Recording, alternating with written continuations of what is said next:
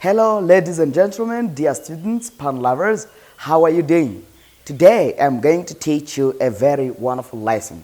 I am going to teach you some English expressions that are mostly used in English language. I am going to show you a lot of expressions that you can use when you are speaking English. Do you want to be an advanced English student?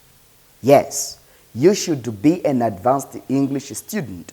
By learning these expressions are going to improve your English level because they are very important when you are communicating, when you are speaking English in front of people, or when you are together with other people who speak English. Better to use these kinds of expressions. Ni byiza gukoresha izi mvugo zisa n'iziri hejuru iyo watangiye kumenya ururimi rw'Icyongereza kugira ngo utakomeza kuba uri umutangizi nyine. Do you want to stay there in beginning level? Urashaka kuguma muri level y'abatangizi se? No. Please, you should grow up. Ugomba gukura mu Cyongereza. Try to grow up in English by learning, by grasping these kinds of expressions. Kugira ngo uzamuke neza cyangwa se uje kuri level y'abantu bavuga Icyongereza cyiza ni ukubuzi n'ama expressions cyangwa se imvugo zisa n'iziri hejuru. Good. We are going to get started with our today's word. Tugiye gutangira rero n'ijambo ry'umunsi, which is hive. Do you know the meaning of hive? A hive is a structure, whether artificial or natural, where bees are kept. This is a structure, it's like a house, where bees are kept. Iyi ni inzu cyangwa se ni ahantu inzuki ziba cyangwa se zororerwa. It's called a hive. This is a hive. A hive. In Kinyarwanda, a hive is called umutiba. Is it umutiba? Yes, I think so. Umutiba, a hive. A hive wayita inzu y'inzuki. Aho inzuki zororerwa tuhita hive, muri hive. Good. For example, you can say, I have 5 hives in that forest. I have 5 hives in that forest. Muri riya shamba mfitemo imitiba ingahe itanu. Hives.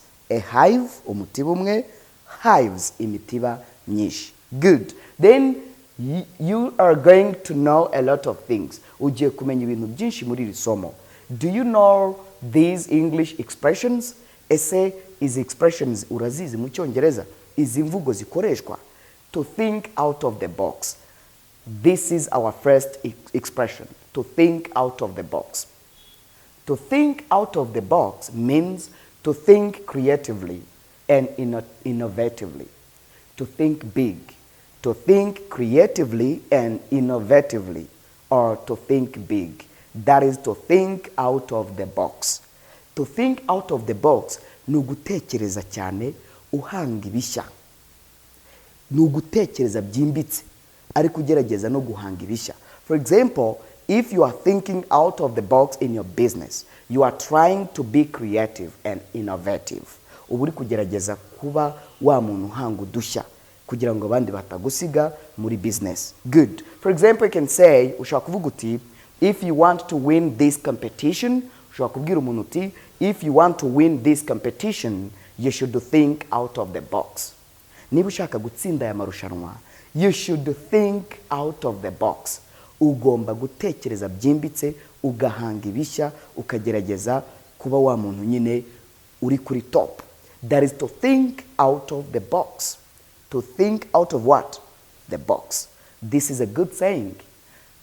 Ushobora kubwira umuntu uti, my friend, if you don't want to lag behind in this competition, niba udashaka gukurura umurizo, niba udashaka gutsindwa, you should think out of the box. Ugomba gutekereza byimbitse.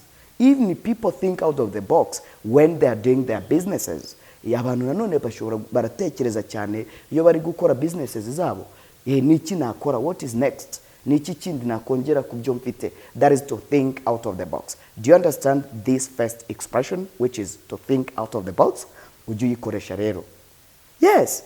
Jya ukoresha iyi mvugo, to think out of the box. Ushobora no kugira umuntu inama, ukamubwira uti, if you want to be rich, niba ushaka gukira, please think out of the box. tekereza ibintu bigari, tekereza ibintu byimbitse biri bya kure, kandi ushyiremo innovation mu byo ukora, ushyiremo uhanga udushya. That is to think out of the box. Good. Then to get the ball rolling. To get the ball rolling, it is an expression that is mostly used. To get the ball rolling means to kick off, to start something, especially a project or a meeting or something else. We are going, if you say, we are going to get the ball rolling because the guest has arrived. Uvuze uti tugiye gutangira cya kintu cyacu, wenda ni meeting, maybe it's a conference, okay? For example, you can say, we are going to get the ball rolling because our guest of honor has arrived. Tugiye gutangira ya nama kubera ko umushyitsi w'imena, umushyitsi mukuru yahageze. The guest of honor. Honor. No, don't say honor. The guest of honor. Honor. The guest of honor. Good. Then here, to get the ball rolling means to start something like a project, a meeting, or a wedding, or a conference. To get the ball rolling. If you get the ball rolling, you kick off something. That is to kick off. To kick off ni kimwe na to get the ball rolling. To get the ball rolling. To get the ball rolling. Nice. Please finish up your meals. Nimurangize amafunguro yanyu, nimurye murangize. Ibyo biryo nimurangize kurya. It's time to get the ball rolling. It's time to get the ball rolling. It's time to get the ball rolling. Igihe kirageze ngo dutangire. Wenda bari mu nama. MC akaza akababwira ati, please try to finish up your meals. It's time to get the ball rolling. Cyangwa wenda bagiye gutangira inama. Bagiye kuyitangira ariko babanje gufata amafunguro. Please finish up your meals. It's time to get the ball rolling. To get the ball rolling means to kick off, to start a project, a meeting, or something else. That is to get the ball rolling. Do you understand that? Fantastic. Then we are going to see the third expression that is mostly used. Indi expression ikoreshwa cyane cyangwa imvugo ikoreshwa mu Cyongereza is to agree to disagree. Agree to disagree. To agree to disagree means to accept because neither of you is going to change the opinion or opinions. Do you get it? To accept because neither of you is going to change the opinion. Nukwemera ariko utemeye kuko mu mpande zombi wowe nuriya nta numwe ugiye kwemera ngo atsindwe. Icyo gihe rero uzavuga uti, oh, let me agree to disagree. Reka nemera ariko ntemeye. If you agree to disagree, biba bivuze ngo uba wemeye ikintu ariko mu by'ukuri utanacyemeye. Uba ushaka gutanga amahoro cyangwa se kugira ngo utazaho unazana amahane cyangwa intonganya. That is to agree to disagree. For example, I can say, ushobora kubwira umuntu uti, you don't agree with me and I don't agree with you. Ntabwo uri kwemeranwa nanjye, nanjye sinemeranwa nawe. So, let us agree to disagree. Or, let me agree to disagree. Cyangwa, but let me agree to disagree. Ariko reka nemere ntemeye. You don't agree with what I'm saying. And I don't agree with what you are saying. So, but, ushobora hano washyiraho ariko, kubera ko kugira ngo tutaza kurwana, let me agree to disagree. Reka nemere ariko ntemeye nanone. Agree to disagree. Good. Another expression which is mostly used is this one. Win-win. Win-win. Okay? For example, I can say, this deal is a win-win. Iyi deal turimo ni win-win. Kintu cyabaye win-win, both sides have the same benefits. Win-win is a situation where both sides, the two sides, have the same benefits. Aho sides zombi, impande zombi ziba zifite amahirwe angana ku kintu. For example, you can say, this business is a win-win. There is no boss here. Nta mu boss dufite hano. Ngo azatwara amafaranga menshi, twebwe dutware make. Our business is a win-win. Business yacu, buri wese azabona shares zingana, imigabane ingana. buri wese azabenefitinga bingana na mugenzi we. Win-win. Win-win is an expression that is used when you are saying that a situation is the same or both sides have the same benefits. For example, this is, yes, let me read this so that you can understand it better.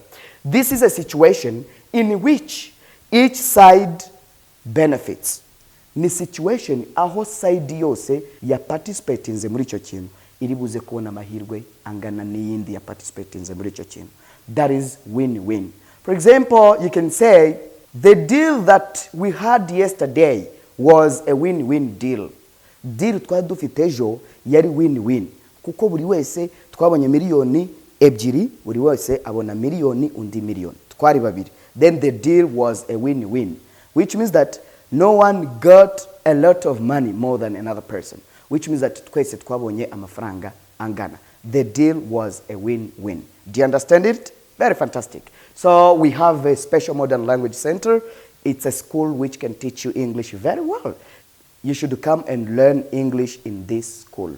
Muri shuri wahamenyera ibintu byinshi. We have a lot of programs. You can get a lot of skills in English and other languages. No muzindi ndimi zitandukanye. I am teacher Jasper. We are together for the next lessons. Bye bye.